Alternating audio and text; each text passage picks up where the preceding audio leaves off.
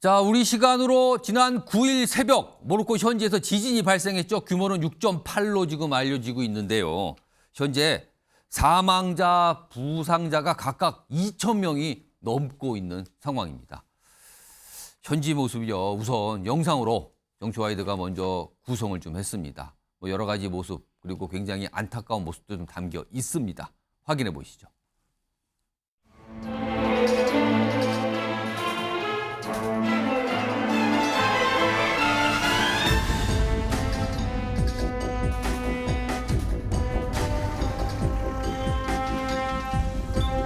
بفعله الألم والحزن. المهم كرا دي التشكال غير يدور كرا المهم كل شيء كسون كل شيء ستة الناس يقول لنا كيف تاني يرحمهم الله يقبلهم عنده يا ربي قدر الله ما شاء وفعل. البارحة بالليل مساكن هما ناعسين اللي فوق وتردم عليهم داك الشيء والوالدات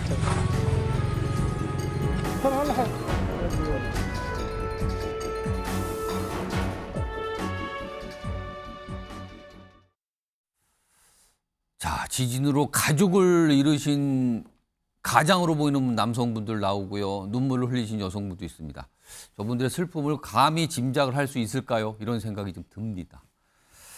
자, 지금부터요. 지금 미니 인터뷰 좀 진행할 텐데요. 전화 연결 좀 돼 있는데요. 세계 지질공원 총회가 지금 4일부터 10일까지 모로코에서 열리고 있었거든요. 근데 그 와중에 지진이 발생한 건데 지금 현재 모로코 출장 가 계신 분이 있습니다. 자, 고정군 제주도 세계유산본부 한라산 연구부장 지금 전화로 연결돼 있습니다. 자, 고정군 부장님 나와 계시죠?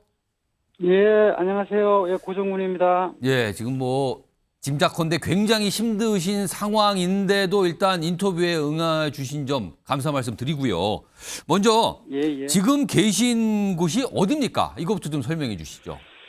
예, 지금 저희는 그 모로코 마라케시라는 도시에 있는데요. 이곳은 그 원래 그 지진 발생한 진원지에서 한 70에서 한 80km 정도 떨어져 있는 그런 곳이 되겠습니다. 이곳에서 세계 지질공원 총회가 개최된 그런 도시이기도 합니다. 예, 지금 말씀하신 중간 사진이 나갔는데 지금 묵고 계셨던 숙소 모습인데요. 뭐 벽이 다 무너지고 뭐 그랬는데 저 곳에서 계시다가 이제 대피하신 걸로 알려지는데 지금 여진도 예. 계속 이어지고 있다는데 괜찮은 겁니까 지금은요? 지금 그 지진 발생 이후에 여진이 계속 발생된다는 정보들은 이제 들어오고 있는데요. 예. 저희들이 그 체감할 수 있을 정도의 규모의 어떤 지진은 지금 확인되고 있지는 않습니다.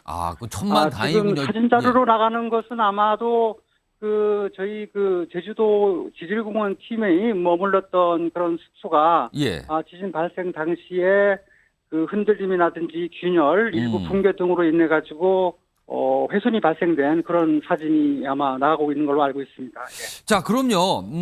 지진 당시 상황 좀 질문 좀 드리겠는데요. 규모가 6.8 지진이에요. 그러면은 실제 숙소에 계실 때 어떤 식으로 처음에 느낌이 좀 오셨는지 그리고 그 이후의 상황을 어땠는지 좀 설명해 주시죠. 아시겠지만 이 나라에서 지금 한 120년 만에 예. 아주 강도가 높은 지진이 지금 발생이 된 상황이거든요. 사실 이곳에 올 때 지진에 대한 그 정보는 전혀 없는 상황이었고 또 현지인들도 그 지진 관련된 어떤 정보든지 이런 것이 없는 상황이었거든요. 예.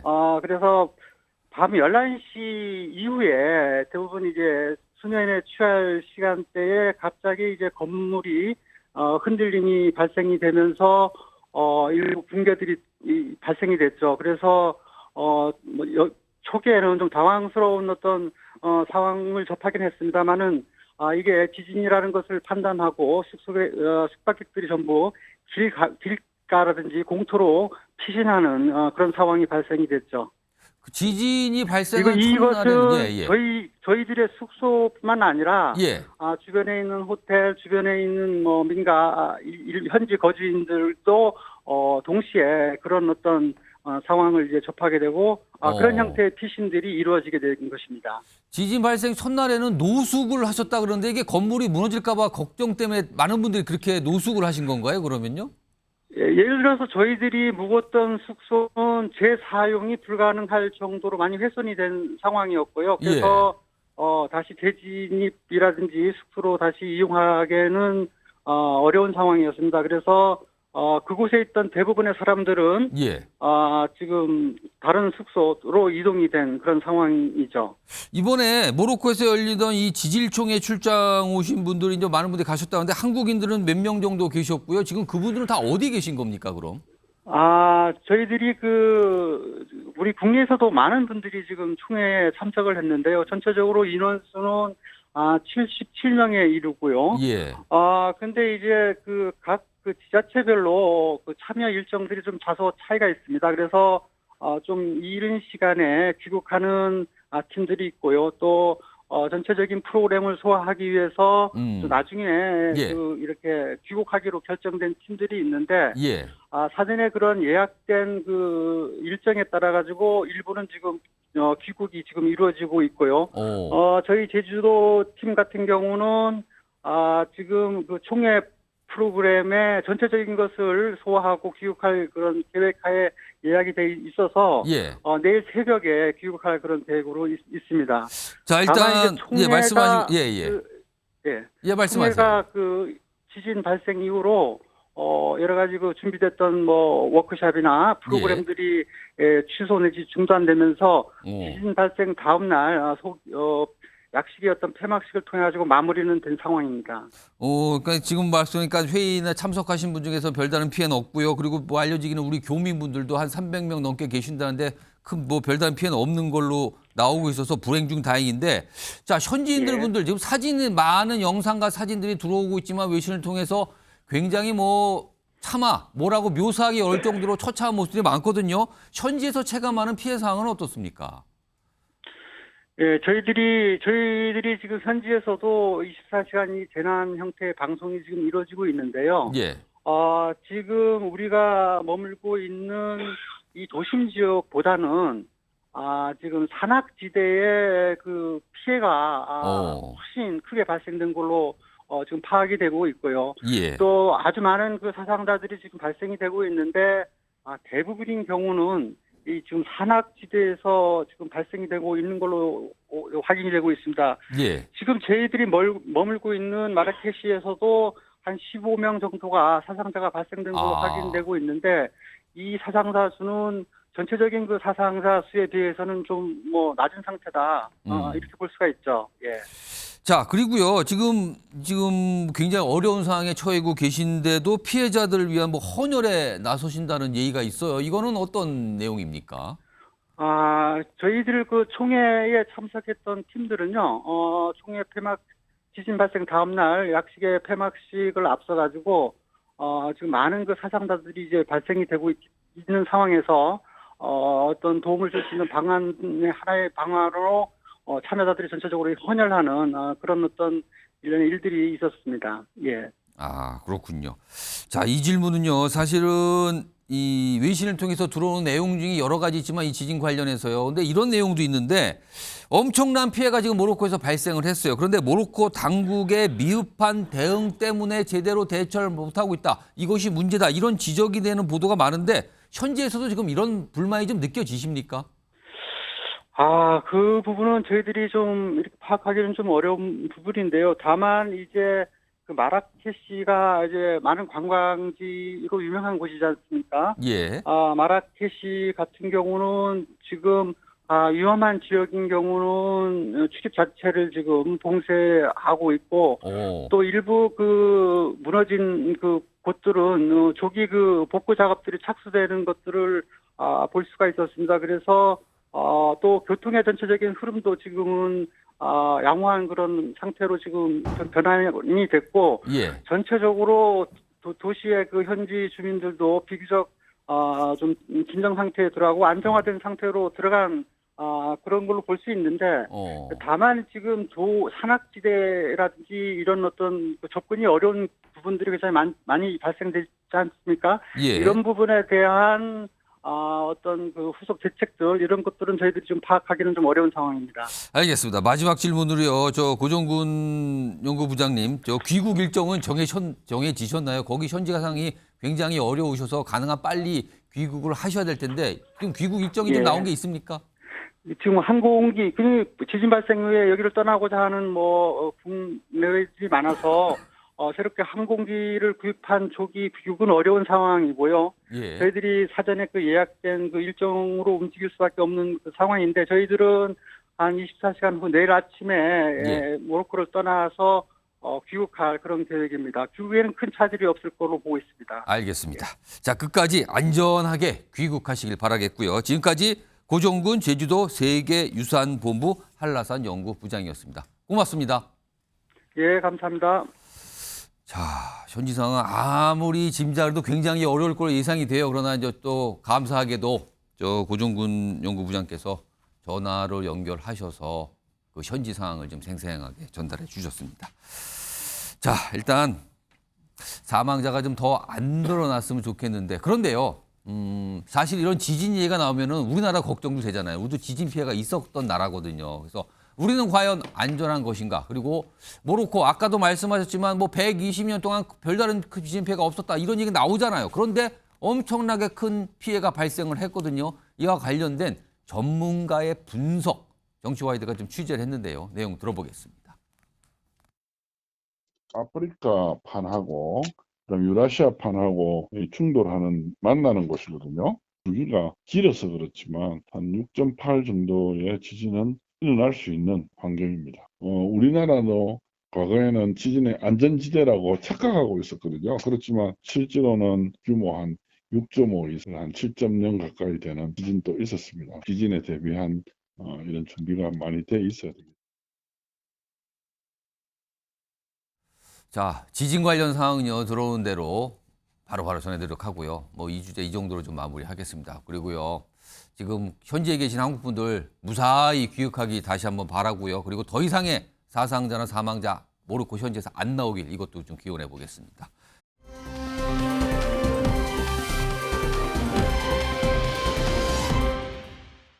이재명 대표 단식 관련된 얘기부터 좀 준비되어 있는데 사실은 오늘 당에서 이재명 대표에 대해서 단식 중단을 좀 해야 된다 뭐 이런 목소리가 참 많이 나와 있었거든요.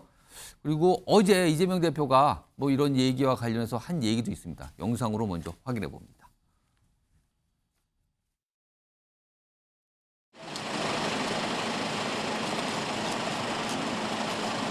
(12일) 동안의 단식을 통해서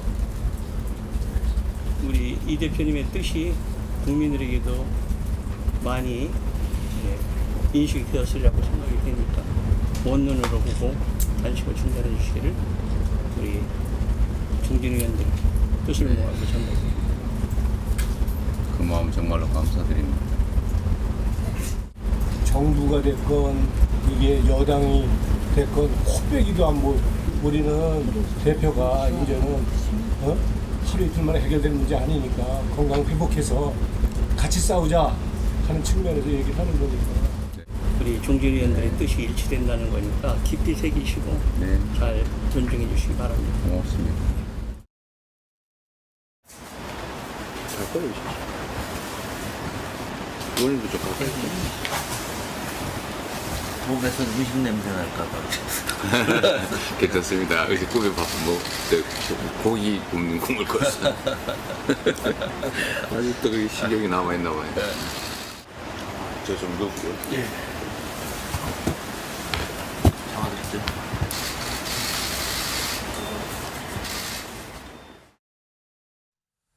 자, 어제 오늘 저런 모습이 있었고요. 그리고 오늘 민주당의 중진들이 방문을 해서 단식 중단을 요청했지만 뭐 별다른 답은 없었거든요. 그러니까 단식을 지속하겠다라는 뜻을 읽히기도 했습니다.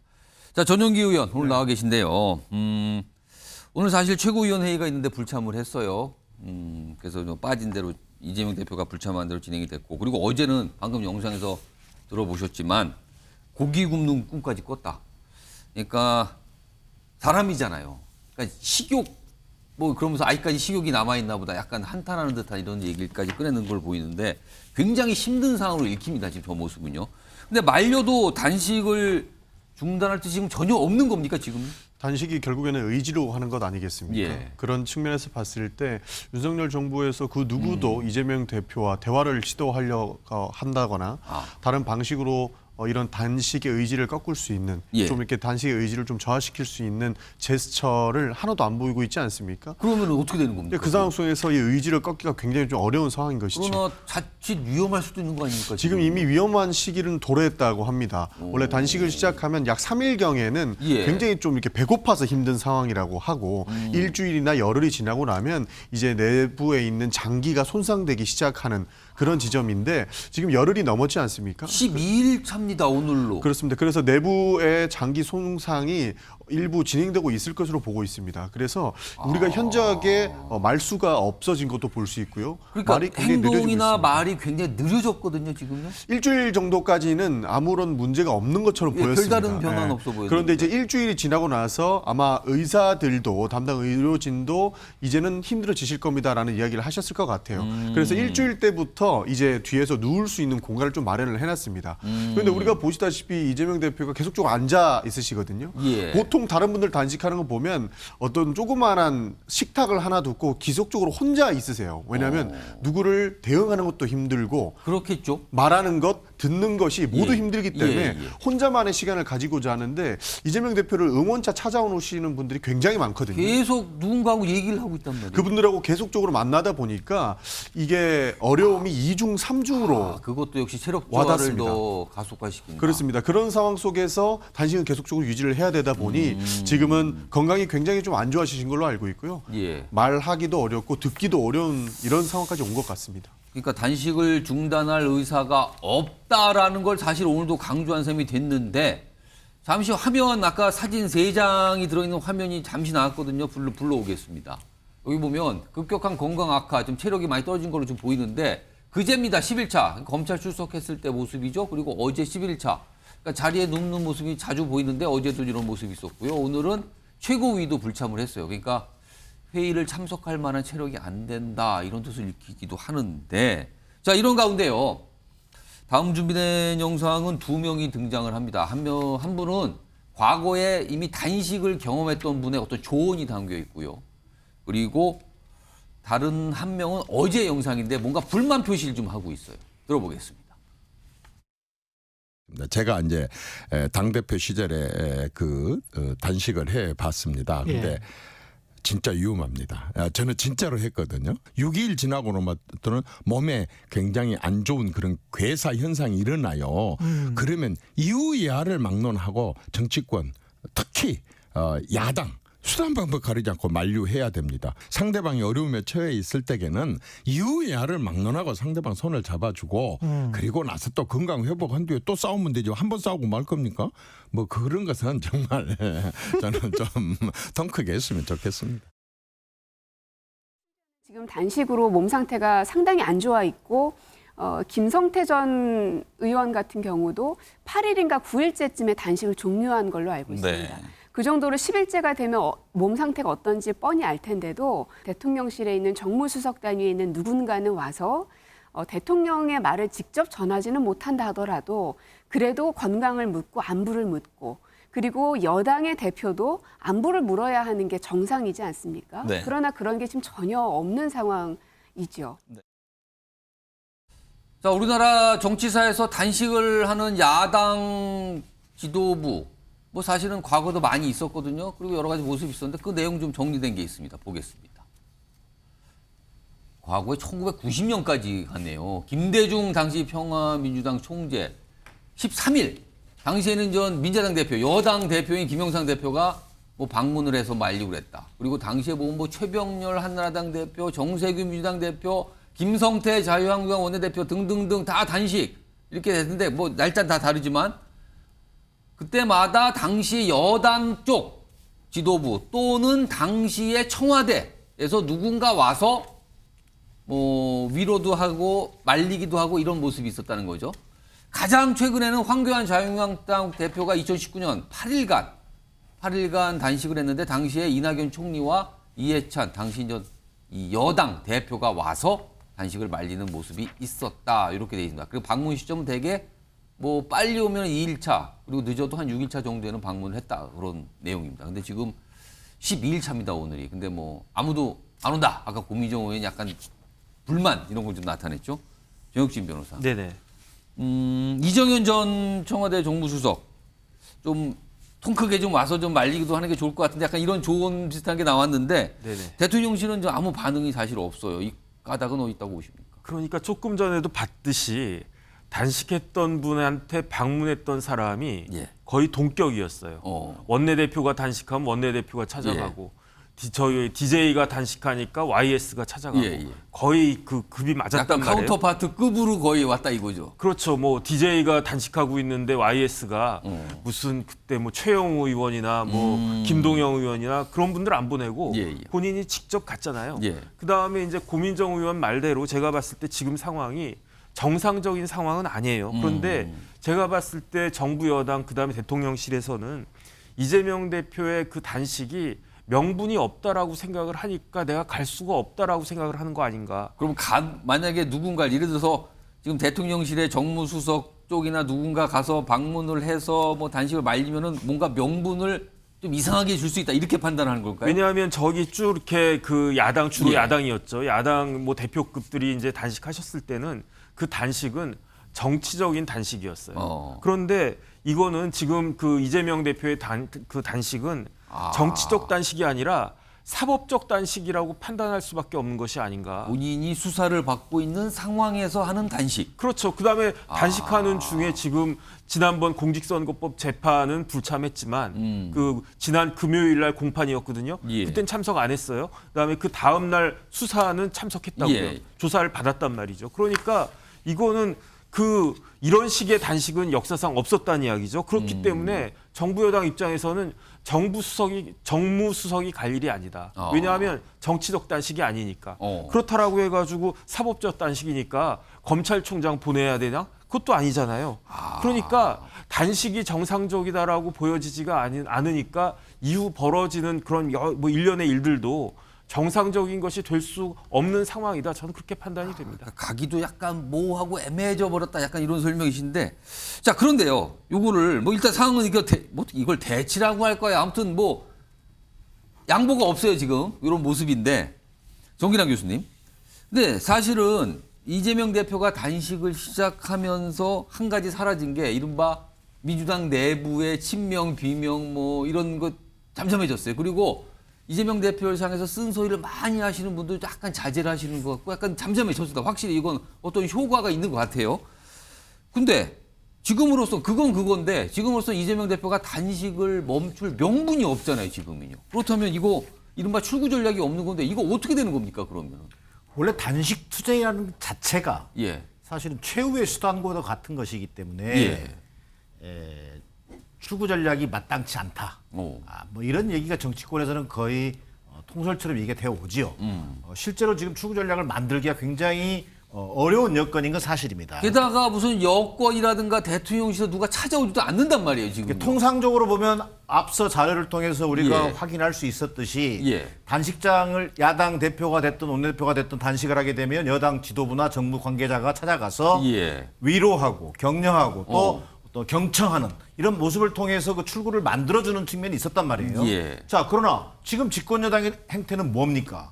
오히려 이건 정치 이전의 인간적 도리를 외면하고 있고 또 한편으로는 정부 여당의 무한한 책임을 망각하고 있는 거다. 심지어 단식 투쟁을 만류하는 것을 떠나서 오히려 집권 여당이 단식 강행을 조롱하고 부추기고 있는 측면이 더 커 보입니다. 자, 고민정 최고위원이 나와서 정부 여당 관계자 왜 안 나오느냐? 저는 이 단계를 넘어섰다고 생각합니다. 저는 오고 안 오고의 문제는 아니다. 자, 윤석열 정부의 행태가 5.50 유신 시대를 방불케 하는 지금 폭력적 권력을 행사하고 있습니다. 여기에 대해서 내각 총사퇴와 국정 쇄신을 요구하는 단식을 내걸었던 겁니다. 자, 근데 완전 쇄기의 경이입니다.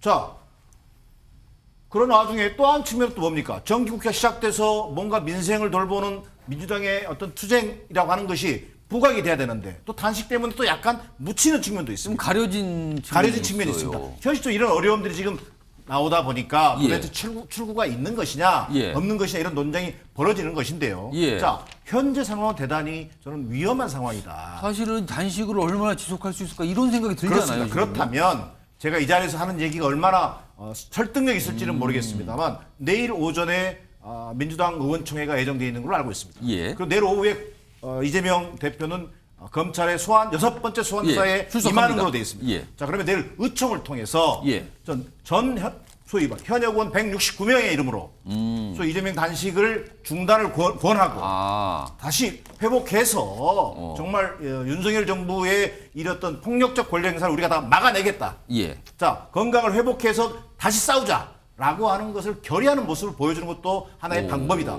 여당의 뭔 단식 출구를 만들어주길 바랄 저는 그런 계제도 아닌 것으로 보여집니다. 내일 오전에 예정돼 있는 민주당 의원총회에서 단식 중단을 글쎄 일종의 약간 당론처럼 정해서 이재명 대표에게 요청을 한다. 뭐 이런 해법을 좀 제시해 주는데 어떤 모습일지 모르겠어요. 그 해법이 그게 나올지 나오면 그거를 이재명 대표가 받을지 이것도 아직은 미지수입니다.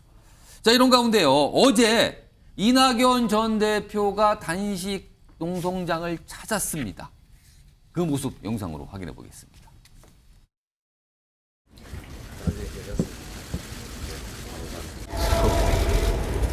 주민들도 이 상황을 많이 착잡하게 보고 있으니까 단식 거두시고 건강 챙기셨으면 합니다. 건강도 챙겨야 되겠지만 어쨌든 폭주를 조금이라도 막아야 될 것 같아서 국민들도 많이 걱정하니까 걱정을 좀 덜어주십시오. 아니 깜빡에 계셔야 되실 분이 여기서 쳐 웃고 계세요? 또 국민들도 이 상황을 착잡하고 지켜보시고 계시니까 단식을 거두시고 의료진의 도움을 받았으면 좋겠다 이렇게 말씀을 드렸습니다. 신성범 전 의원님. 그러니까 이낙연 전 대표가 잠깐 찾았어요. 뭐 보도에 따르면 한 4분 정도, 뭐 현장에서 보니까 한 4분 잠깐에서 위로도 하고 단식 중단을 위해서 반복적으로 요청했는데 또 방문 끝나고 나오는 길에 또 아마 이재명 대표의 지지자로 보이시는 분이 뭐라고 또 쓴소리를 한 거죠. 뭐 그럴 정도인데 자, 일단 어떻게 보셨는지 그리고 향후에 또 이게 단식이 어떻게든 만약에 종료가 된 뒤에 이 잠잠했던 이 계파 갈등 또 불거지는 건지 이거 어떻게 좀 읽고 계십니까? 제가 보기에는 이재명 대표의 정치 기술 또는 전략이 통하고 있다고 보여져요. 그러니까 두 가지. 검찰 수사 시간표를 헛들여버린 것. 예. 검찰의 스텝을 꼬이게 만드는 것은 완벽하게 성공한 것처럼 보여지고 두 번째 민주당에서 다른 소리가 못 나오도록 봉합하는 효과를 확실하게 120% 거두고 있는 거예요. 중진 의원들 11명이 와서 제발 말리는 거죠. 말리는 거. 예. 그다음에 이낙연 전 대표도 올 수밖에 없는 상황으로 몰고 안 올 경우에는 굉장히 부담을 느끼게 되는 부담을 느끼게 되는 이런 상황을 만들었다. 이렇게 되면 완벽하게 잡아는 이재명 의원의 이재명 대표의 정치 술수, 정치 기술 이제는 통하는 국면으로 이미 진입했다고 보여지고 저 자리에서 이낙연, 이재명이 무슨 이야기를 할 수 있게 다 포인트 차이가 나잖아요. 그러니까 이낙연 전 대표 입장에서는 이제 단식 거두시고 건강 잘 챙기십시오라는. 근데 이재명 대표의 말이 뭐죠? 폭주를 막아야 되는 거예요. 당신도 이 폭주를 막는 데 동참하라는 그 뉘앙스가 더 강하단 말이에요. 그러면 뭐 같이 단식이라도 하십시오. 뭐 이런 뜻으로 읽힐 수도 있는 겁니까? 그러면 만약에 예를 들어서 이재명 대표의 강성 지지자들은 쏙내를 그렇게 말하고 싶은 거예요. 그 자리에서 같이 들어누란 말이야. 이렇게 이야기를 할 수 있는 측면 아니겠어요? 저는 그런 의미에서 대단히 좀 뭐라 그럴까 검찰과 여권 모두 좀 이 국면이 굉장히 좀 특이하게 원래 의도와는 다르게 흘러갔다는 사실을 정확히 좀 인지했으면 좋겠다는 생각이 들고 저 대목 그게 4분밖에 없었다 그러지만 저기서 앉아서 두 사람이 할 수 있는 이야기라는 게 따지고 보면은 있을 수 없는 상황이라는 거예요.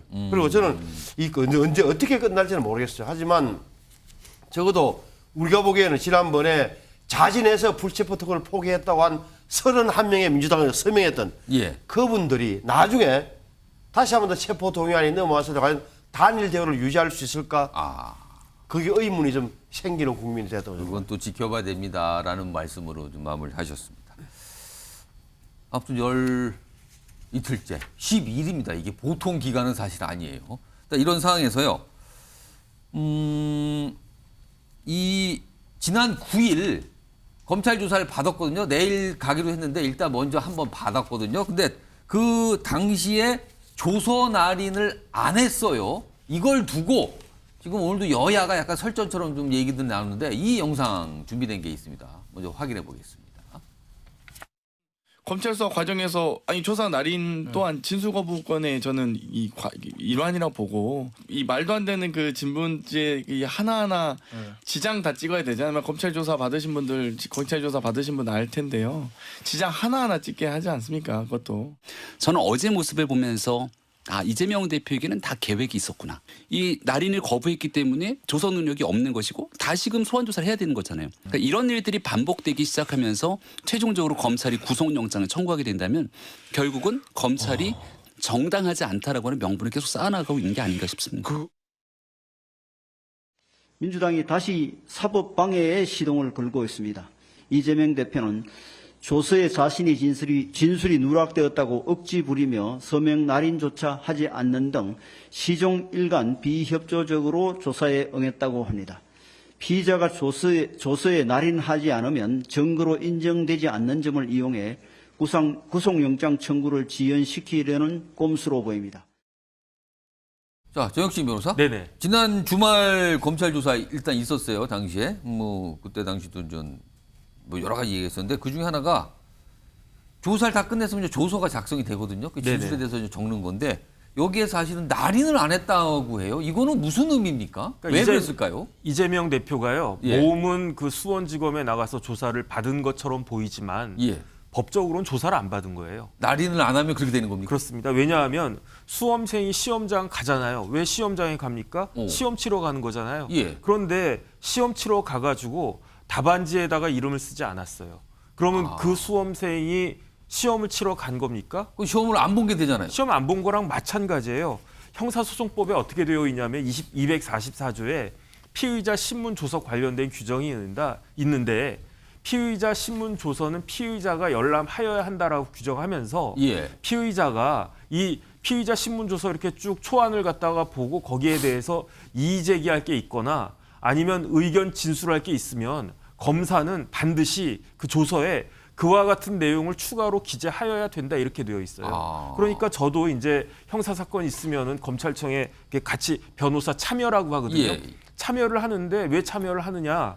이런 그 검찰 조사가 우리 그 의뢰인한테 우리 피의자한테 불리하게 되지 않도록 하기 위해서 변호사가 참여한 거란 말이에요. 그러면 그 조서에 대해서 이의 제기도 하고 이거 수정해달라고도 하고 그러는 겁니까? 그렇죠. 전 옆에서 쭉 듣는 거예요. 그 우리 의뢰인이 이야기를 잘 했나 못했나. 그런데 이 피의자 신문 조서는 검사가 갖고 있어도 아무 의미가 없잖아요. 결국은 최종적으로 판단하는 건 검사가 아니고 판사잖아요. 그럼 판사가 뭘 보고 판단합니까? 피의자 신문 조서를 보고 판단하는 거예요. 그러니까 백날 이렇게 검사 앞에서 좋은 말 떠들어봤자 검사가 아무리 그렇죠 이렇게 떠들어봤자 피의자 신문 조서에 있는 내용만 법원에 올라가는 거니까 그러니까 옆에서 쭉 지켜보다가 만약에 피의자 신문 조서에 이상한 내용이 있다. 그럼 변호사가 나서서 이거 빼달라고 하는 거고요. 분명히 우리 의뢰인이 우리 피의자가 이야기를 했는데 그 부분이 빠졌다.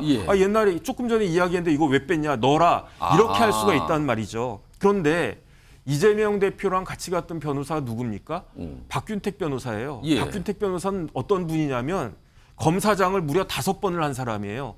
그중에 2번은 고검장을 2번을 갖다 했어요. 그다음 법무부 핵심 자리인 법무부 검찰국장도 하고 항상 그 검찰총장 후보자 이름에 들어가 있던 사람이거든요. 그런데 저 같은 변호사가 아니고 박균택 고검장 전 고검장이 변호사로 참여를 갖다가 했는데 그런데도 피의자 신문 조서가 기명 날인할 수 없을 정도로 그렇게 엉망으로 만들어졌다?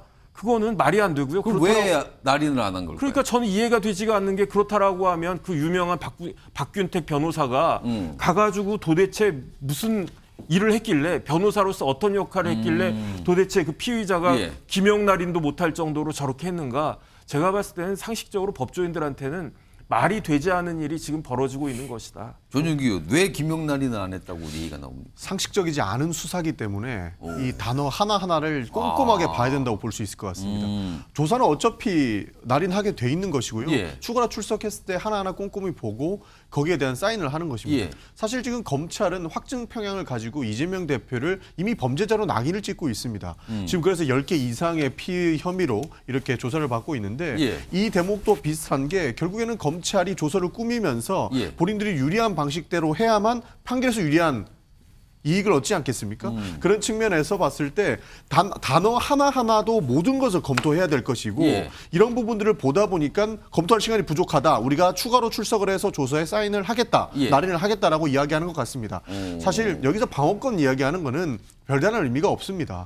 검찰은 결국에는 펜으로 사람을 죽이고 살리고 일 수 있는 직업 아닙니까? 지금 여기에서 조서를 꾸미면서 단어 하나하나로 신경 쓰지 않고 펜 끝으로 칼질을 하겠다고 하는데 여기에서 그거 하나하나 꼼꼼하게 따지지 않는다고 왜 지금 조서에 날인 안 하냐라고 이야기하는 것은 본인들이 유리하게 끌고 가야 되는데 이분들이 조금 미루는 것처럼 읽는 것 같아요. 그러다 보니 이런 식으로 조서에 날인을 안 했다라고 이야기를 하지만 그러면 내일 출석해서 조사 받을 때는 최종적으로 날인이 있을 걸로 보이십니까? 어차피 조서에 이제 검찰에 출석을 해서 이 조서 날인까지 간 거면 녹취도 중간에 있을 것이고요. 여기에서 검찰이 물어보는 것, 이재명 대표가 답장하는 것, 이거 전부 다 남아 있는데 언제 조서에 사인하냐 그게 얼마나 중요한 영향을 미치겠습니까? 그런 측면에서 꼼꼼하게 체크를 한다 봐주시면 좋을 것 같습니다. 정옥신 변호사, 또 한 가지는 지난 주말 9일 조사 때 검찰에서 영상 녹화를 제안을 했는데 이재명 대표가 이걸 거절했다 그러거든요. 이건 무슨 의미입니까? 그러니까 일단 전용기 의원님 말씀에 한 말씀만 드리면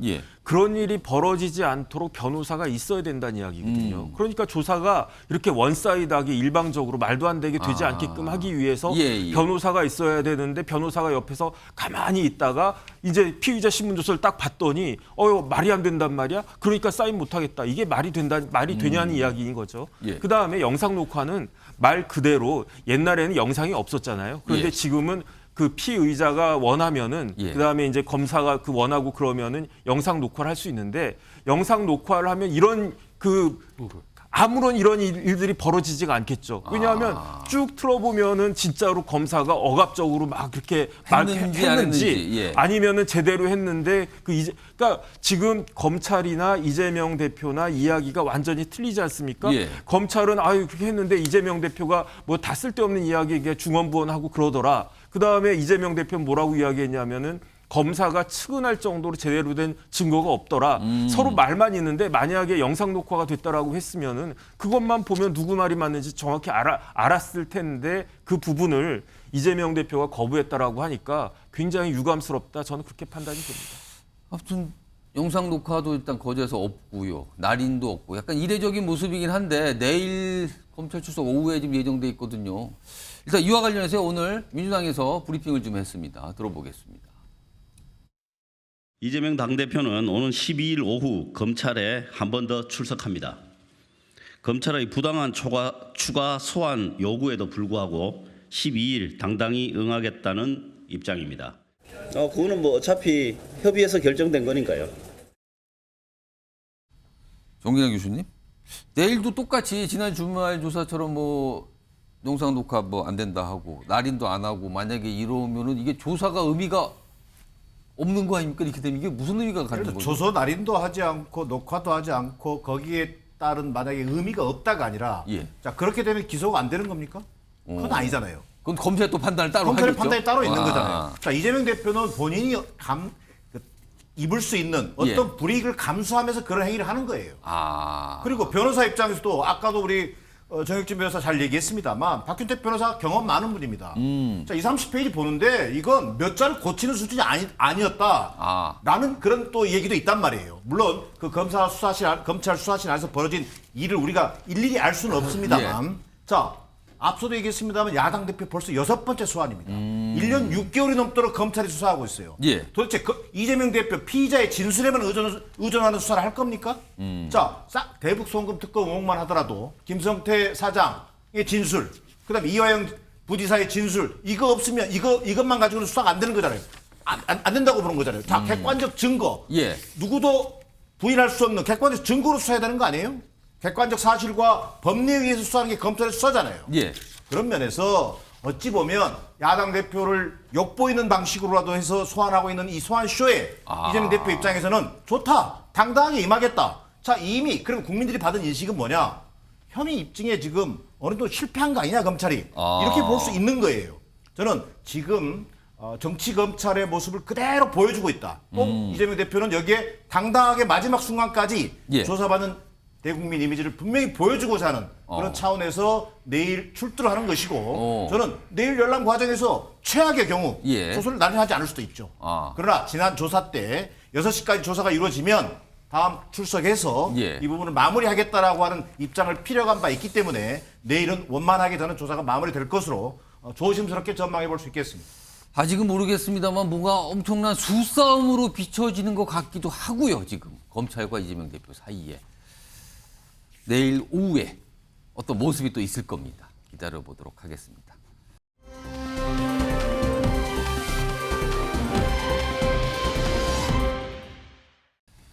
자, 다음 준비된 이슈도 역시 민주당과 관련돼 있고요. 이건 또 여권과도 또 관련이 밀접합니다. 자, 이 내용인데요. 탄핵 소추 뭐 이런 얘기가 나왔거든요. 대상호 국방장관 얘기인데 우선 이와 관련된 설명이 좀 있습니다. 들어보시죠. 이종석 국방부 장관에 대한 탄핵 소추안 제출할 예정입니다. 당론 발의로 제출할 예정입니다.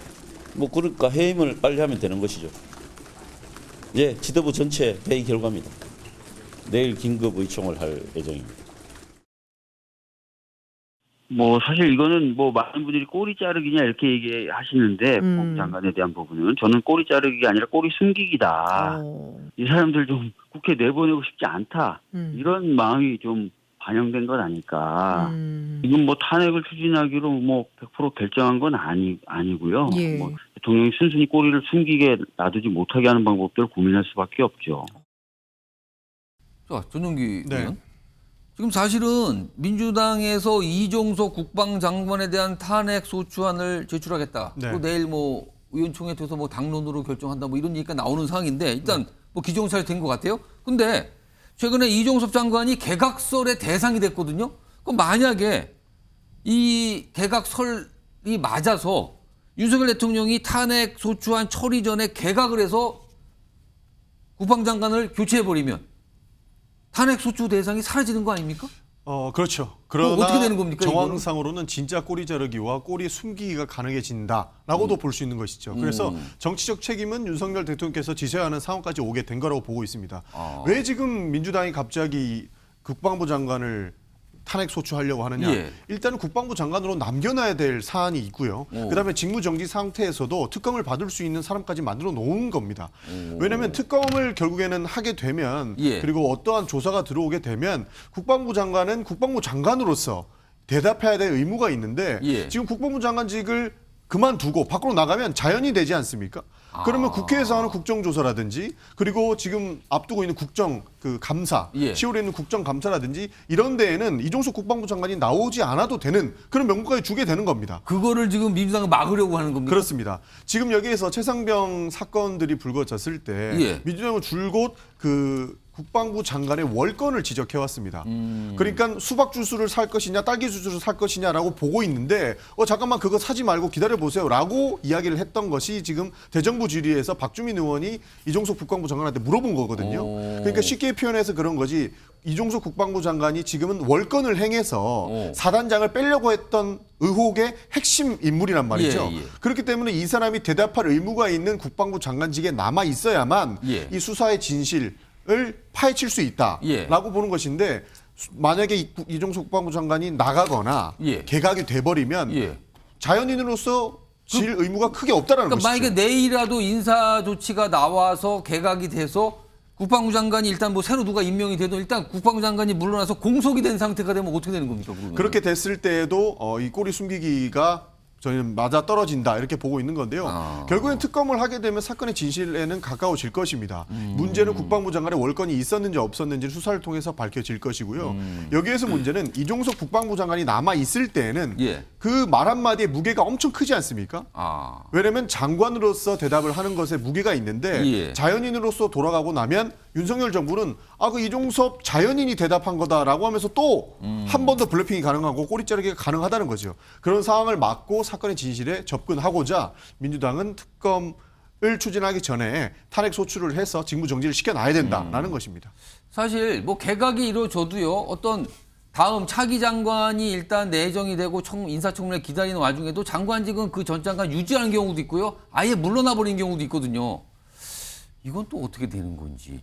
이런 가운데 민주당의 이 탄핵 소추 이 얘기에 대해서 또 여당에선 반발하죠. 관련 목소리 있습니다. 들어보겠습니다.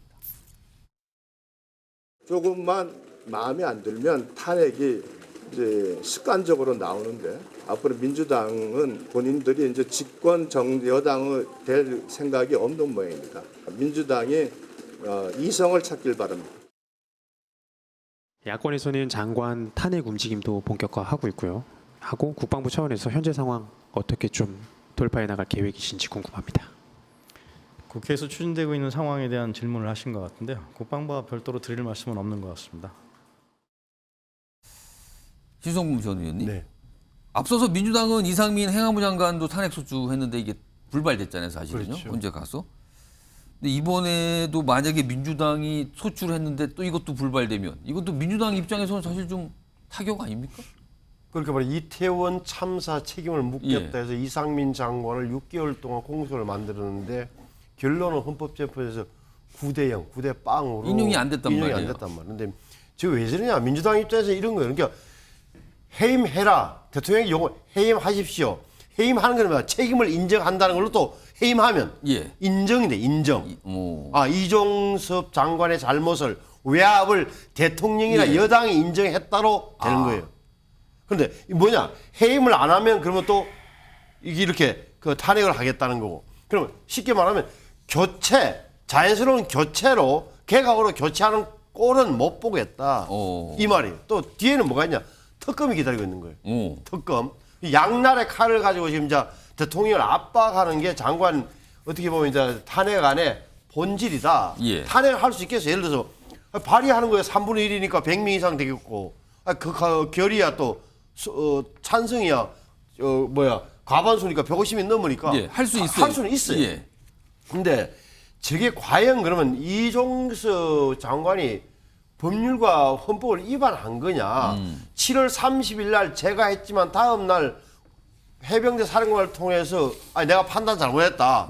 라고 하면서 명령을 내린 게 그러면 위반이냐 아니냐 보면서는 또 헌법재판소에 또 싸우게 될 거예요.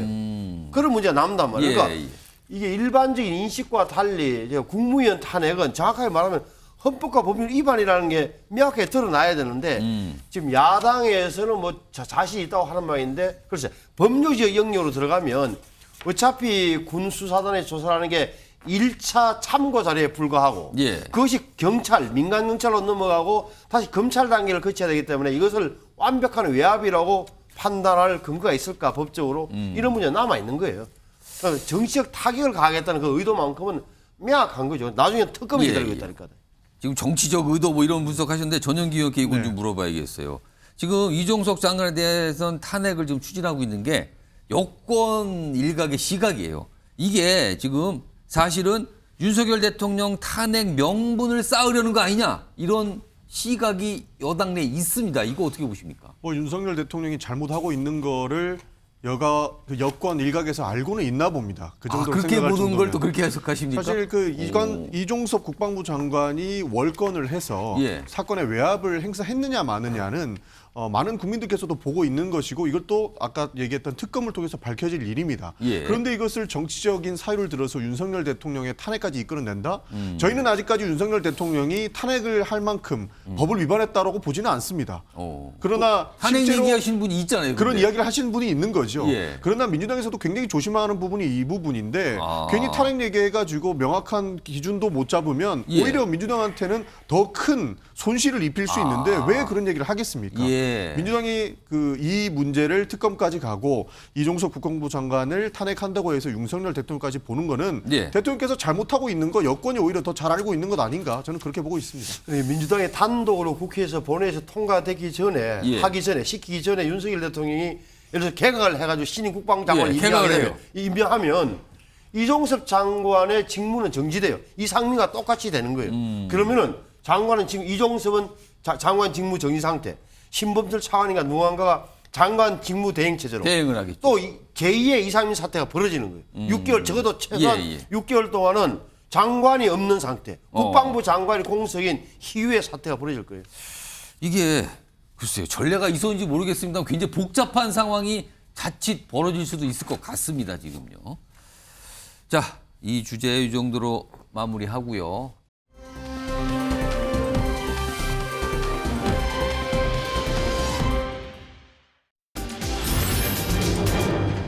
뭔데 역대 최악이라고 돼 있는데 2명의 인물이 등장을 했거든요.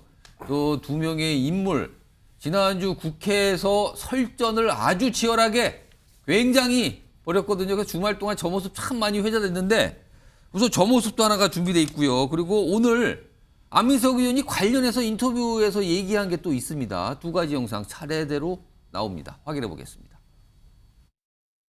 이제 질의하는 의원들을 공격을 하는데 그것이 적극적인 게 아니라 공격거리를 치밀하게 준비를 해오는 저런 장관의 태도는 굉장히 독특한 거죠. 근데 태도는 굉장히 좀 비열하고 쪼잔하다 그렇게 느끼고 저건 자기 무덤 스스로 파는 거라고 봅니다. 장관이 그동안 했던 무례한 발언, 또 동료 국회의원들에 대한 모욕적인 발언, 또 일련의 불손한 태도에 대한 사과를 제가 정중히 드릴 기회를 주려고 했던 것인데 그 얘기를 안민석 의원님이 하시는 게 참 이상합니다. 국민들이 두렵기는 합니까? 의원님 국민들한테 이상한 욕설 같은 것도 하시는 분 아니에요? 그런데 여기서 와서 마치 누구에게 훈계하고 이런 시간으로 대정부 질의를 쓰는 것, 전 적절치 않다고 봅니다. 제가 사과할 기회를 한번 드리겠습니다. 아니 저는 안민석 의원님한테 그런 식의 훈계를 들을 생각은 없습니다. 사과할 기회를 드릴 테니까는요. 안민석 의원님이 그런 말 하시는 거 좀 국민들이 우습게 보실 것 같지 않습니까? 의원님은 민원인에게 욕설을 하신 분 아닙니까? 사과하십시오. 자, 사과를 받기 전에는 질의를 하지 않겠습니다. 이거 정혁진 변호사하고 정기량 교수님 두 분께 똑같은 질문인데 우선 정혁진 변호사. 네네. 누가 누구의 무덤을 팠다고 보십니까? 글쎄요. 뭐 보면 알지 않겠습니까?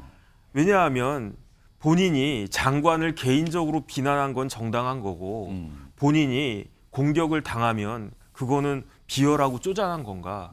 말이 안 되잖아요. 사실은 안민석 의원이 5선 의원 아니겠습니까? 예. 그런데 질문에 내용이 없어요.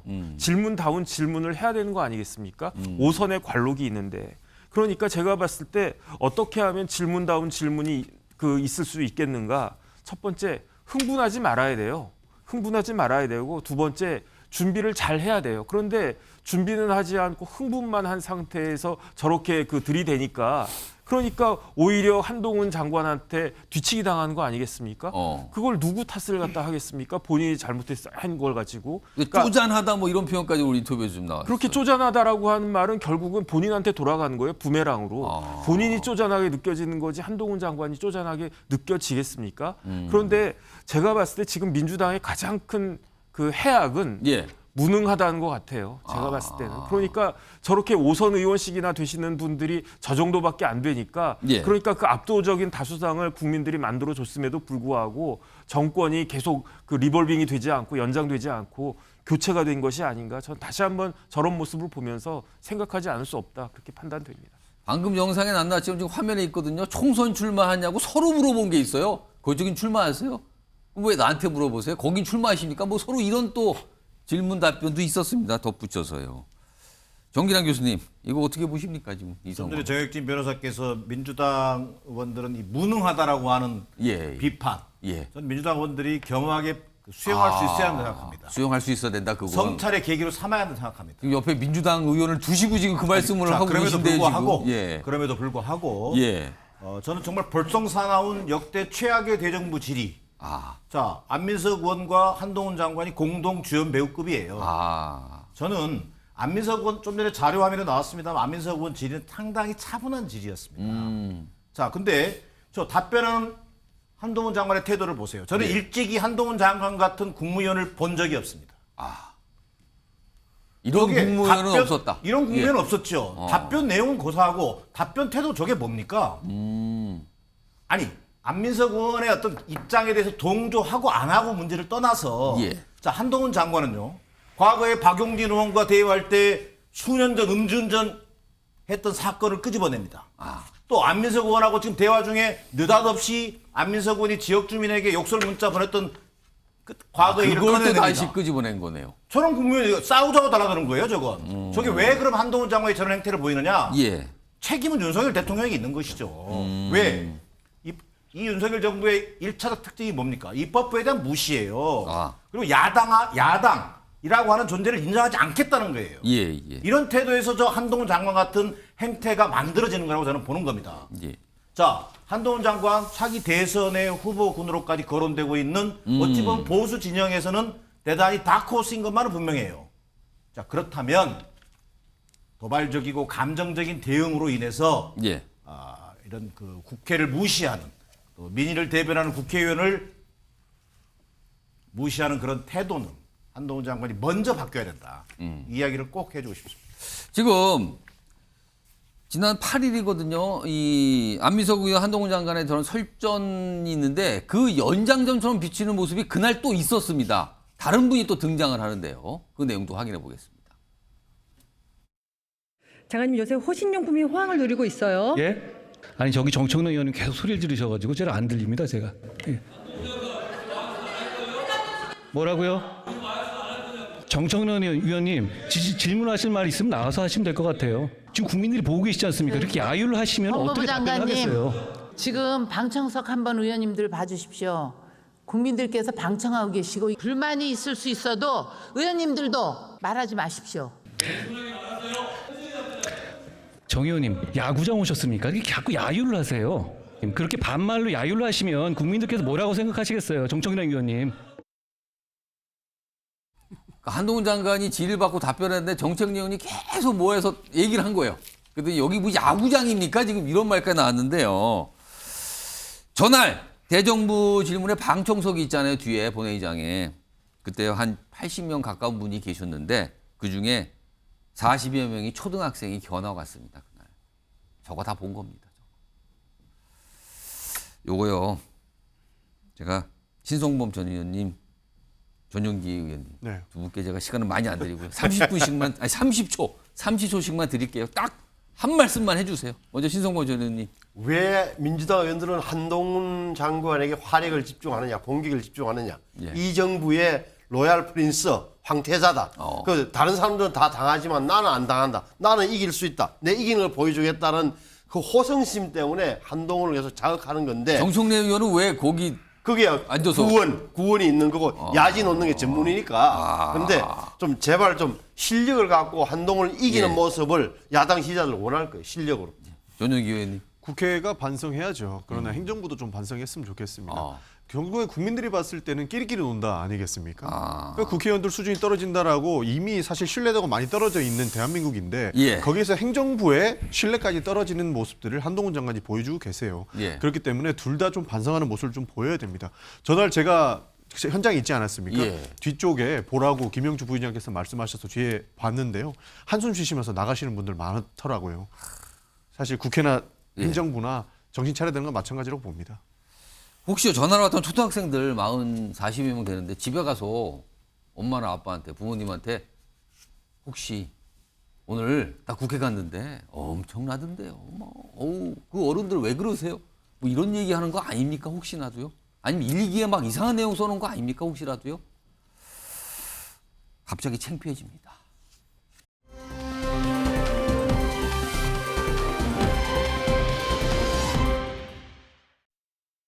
특정 후보 같은 경우는 언론 노출이 굉장히 많았고 지금 자체가 기울어진 운동장이기 때문에 글쎄요. 그 5대5 당원 당규대로 그대로 수용했는데 기울어진 부분이 있는지 모르겠습니다. 저는 공직선거에 출마한 적이 없습니다. 초보 정치인이니까 가산점을 고려해달라고 했고요. 온당치 않다고 생각하고요.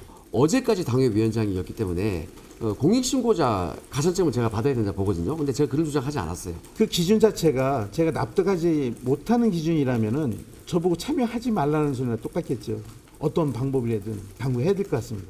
인품이 훌륭하시고 당원 당규 그대로 한다는 것에 대해서는 아무 불만이 없는 것으로 기대를 하고 있습니다. 세 분 다 가산점이나 감산점은 없는 걸로 당협위원장을 하셨고 2018년에 선거를 출마한 걸로 동일 선거 출마한 걸로 알고 있습니다. 자, 국민의힘에서 강서구청장 후보를 뽑아야 돼요. 이제 경선하기로 했거든요. 3명이 좀 출마를 했습니다. 그중에 1명이 선택이 되겠죠. 일단 신성범 전 의원님. 네. 일단 국민의힘에서 가장 걱정하던 김진선 당협위원장의 탈당과 무속 출마, 이거는 일단 뭔가 막은 것 같긴 한데 지금 가산점 문제 이거 심상치 않아 보이는데요. 이거 잘 넘어가겠습니까? 그렇지. 지금 당내 제가 지금 정확한 사정을 몰라서 그렇습니다만 크게는 제가 보는 단일 대우가 깨지는 일은 생길까는 그런 의심은 뭐 그런 가능성은 적은 거 아닌가 싶어요. 그러니까 가산점 문제도 김진선 재양반이 하지 않는 이상 다른 분은 뭐랄까 이렇게 좀 다른 소리를 할 것 같지 않고 이런 불만이 있을 수 있는 거. 어차피 이렇게 되면 여론조사 경선을 하게 되면 이름이 가장 많이 알려진 김태우 전 구청장 공천 뭐 가는 건 아니겠냐 이런 불만이 있을 수 있겠으나 적어도 이번에 국민의힘은 단일로 나가야 된다. 저쪽에도 민주당은 단일로 나왔고 또 진보 진영에서도 한두 명 더 나올 것 같으니까 승리의 가능성을 높이기 위해서는 이 방법밖에 없다. 유일한 방법은 경선이라는 데서 동의하지 않을까 싶어요. 제가 뭐 잘못 판단한 것이 있을 수 있는데. 알겠습니다. 정기랑 교수님은 제3자로 보시기에 어떻습니까? 지금 이거 가산점 문제가 사실 김진선 후보는 불만 표시를 좀 강하게 한 건데 오늘요. 그러니까 김태우 후보는 이거 상관없습니다. 뭐 왜 가산점 이런 얘기를 좀 꺼내놨단 말이에요. 표현에서도 알 수 있지 않습니까? 김태우 후보는 여유가 있잖아요. 자, 오래전부터 우리 프로그램에서도 여러 번 거론됐습니다만 저는 대법원 판결 석 달 만에 대통령이 특별 사면해주고 자 당에서는 당 지도부에서는 용산의 눈치만 보다가 경선이라는 요식 절차를 거치면서 결국 김태우를 공천할 것이다. 뭐 이렇게 저는 전망하고 예측해 왔습니다. 자 그렇게 가고 있습니다. 그러면 최소한 그렇게 가더라도 공정한 경선이 이루어지도록 하는 것이 공당의 저는 역할을 생각합니다. 근데 정치 신인 가산점을 적용 않기로 했다. 자 출마했다는 이유만으로 그건 지금까지 정당사에서는 정치 신인으로 지금까지 다 간주해 왔고 지금 이 당의 결정 자체는 물론 국민의힘의 사정이겠습니다만 특정 후보를 염두에 둔 조치로 이해될 수밖에 없다. 자 그렇다면 김진선 위원장의 경우 무소속 출마 가능성을 열어놓을 수밖에 없는 것이고 자 당 지도부는 이제 어떤 수단과 방법을 가리지 않고 주저앉히려고 하겠죠. 자 결국 그 결과 저는 이 국민의힘의 김태우 후보 공천이라는 그 과정 자체가 강서구민의 준엄한 평가를 피해가기 어려울 것으로 저는 전망하고 있습니다. 자 이런 상황에서요. 뭐 이철규 국민의힘 사무총장 뭔가 이제 민주당과 갑자기 요 강서구청 후보 정하는 문제를 비교를 했어요. 관련된 영상도 좀 더 묶여 있는데 확인해 보겠습니다. 공직 후보자의 추천은 당 지도부나 소수의 이 당의 영향력을 행사하는 특정인이 마음에 맞는 후보를 지정하는 게 아니라 당은 당규에 따른 대로 민주적 절차를 거쳐서 공정하고 합리적인 방식으로 후보를 결정할 예정입니다. 이것이 더불어민주당의 후보 결정 방식과 우리 국민의힘의 후보 결정 방식의 차이라고 봐주시면 좋겠습니다. 강서구청장 선거 승리를 통해서 이 윤석열 정권의 폭주와 퇴행을 경고해 주시도록 강서부터 정권 교체를 시작하겠습니다. 전윤기 의원, 이철규 사무총장이니까 민주당은 전략 공천한 거 아니야. 우리는 경선한다. 이렇게 비교하신 것 같은데 이거 어떻게 보십니까? 그러니까 민주당하고 국민의힘은 다르다라고 말씀하셨는데 다르다라고 또 강조했어요. 다릅니다. 국민의힘은 후한무치라고 저는 평가하고 싶은데요. 왜냐하면 김태우 구청장이 대법원 판결 받으면서 혈세 수십억이 들어간 선거를 다시 하지 않습니까? 그런데 누가 봐도 김태우 후보자가 유리한 그런 경선을 하고 있어요. 적어도 후한무치한 것을 안다면 김태우 구청장은 당연히 컷오프했었어야 됐죠. 그분 때문에 일어난 선거니까요. 이거 저는 정치 신인이 가산점도 주지 않고 이렇게 김진선 강서병 당협위원장이 반발하는 이유를 충분히 이해할 것 같습니다. 이런 식으로 해서는 안 됩니다. 아무리 뭐라고 하죠?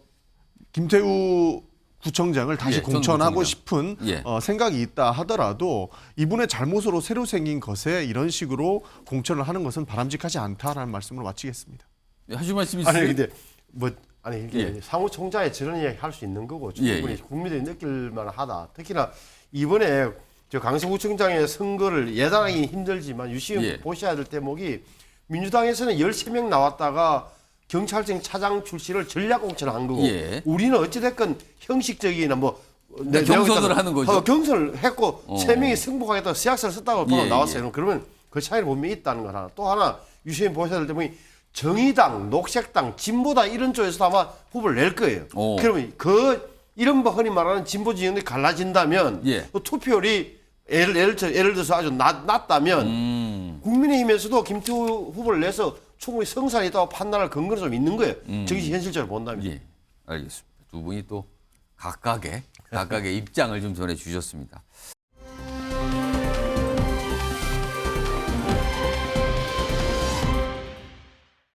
국방부는 김정은 러시아 방문 가능성이 있는 것으로 평가하고 있습니다. 만약에 방문을 하게 되면 푸틴 러시아 대통령과의 회담을 갖는 방안을 추진하고 있는 것으로 평가하고 있습니다.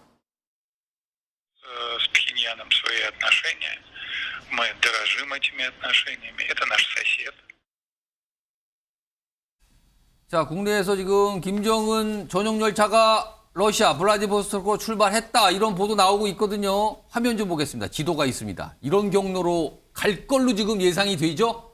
평양에서 블라디보스토크인데 쭉 저렇게 열차로 갑니다. 중간에 한번 뭐 바퀴도 바꿔야 되고 그런데요. 국경을 넘어가면은. 근데 시간은 20시간. 평양에서 저 나성 경제특구까지는요. 시속 한 60km 그리고 그 이후부터는 시속 50km가 채 안 된대요. 갈 수 있는 거리가. 그래서 20시간, 20시간 넘게 걸린다. 이렇게 돼 있습니다. 저 거리 가는데 그냥 거의 하루가 걸리는 거군요. 지금 가고 있는 걸로 지금 파악은 되고 있습니다. 이런 상황입니다. 일단 이건 기다려봐야 되고요. 무슨 소식이 나오는지. 그런데요. 지난 9일이죠. 북한이 구구절이라고 부르잖아요. 북한 정권 수립일인데 당시에 열병식이 있는데 글쎄 우리로 치면 예비군격인 이 뭐 노동저기대 열병식이 있었다 그러죠. 그 영상 몇 가지로 묶었는데 우선 첫 번째 영상 좀 확인해 보겠습니다. 보시죠. 김정은 동지께서 민방위 무력 열병식에 참석하셨습니다. 존경하는 자제분을 모시고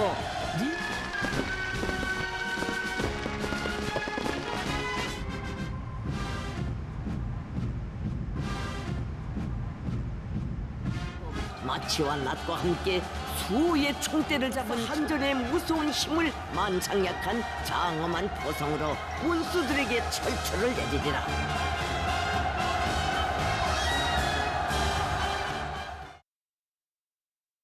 변호사. 네네. 지금 딸 김주혜 주석단에 딱 옆에 앉아 있었어요. 거기는 완전 최고 레벨들만 앉아 있는 건데 그리고요 더더군다나 원수계급은 별이 5이거든요. 박정천 무릎을 꿇고 뭔가 쏙닥거리잖아요. 네. 혹시요 김주혜에게 존댓말 했을까요? 그랬을 수도 있을 것 같아요. 그런데 참 기괴하다는 생각이 드는 게 21세기 그 대명천지에 뭐 고작 1000km 가는데 20시간 걸린다. 그것도 최고 그 지도자가. 그리고 또 여기 이 주석단 또 모습은 거기에다가 이제 그 김주혜가 몇 살이냐면요. 2013년 2월 19일 생일이에요. 그러니까 딱 10살이에요. 10살이네요. 10살짜리 애다가 그 오성 장군이 우리나라는 사성 장군밖에 없고 오성 장군 있지도 않은데 그런 최고 그런 사람이 무릎을 꿇고 10살짜리한테 저렇게 이야기를 한다. 제가 부자 3대 가기도 어렵다는 말 들었는데 어쨌든 3대 가지 않았습니까? 4대까지 갈지는 제가 한번 진짜 눈 뜨고 한번 보겠습니다. 이런 모습을 보고 뭐 많은 분들이 이거 뭐 왕조 국가 모습 전형적인 거 아니냐 뭐 이런 평가도 있어요. 그리고요 그 열병식 모습에 또 다른 모습도 좀 준비했거든요. 그 내용 좀 확인해 보겠습니다. 이 땅에 트랙터로 자동차 한 대도 무심히 보지 말라. 결전의 그날에는 온 나라가 철벽의 요새가 되어 hun열의 철망. 미더운 농촌 기계와 향토 방위의 전장들에서는 선멸의 철망. 하며 위협해온 침략의 무리를 전민항전의 초석을 억척같이 다져온 우리 민방위 무력의 천늠름한 모습.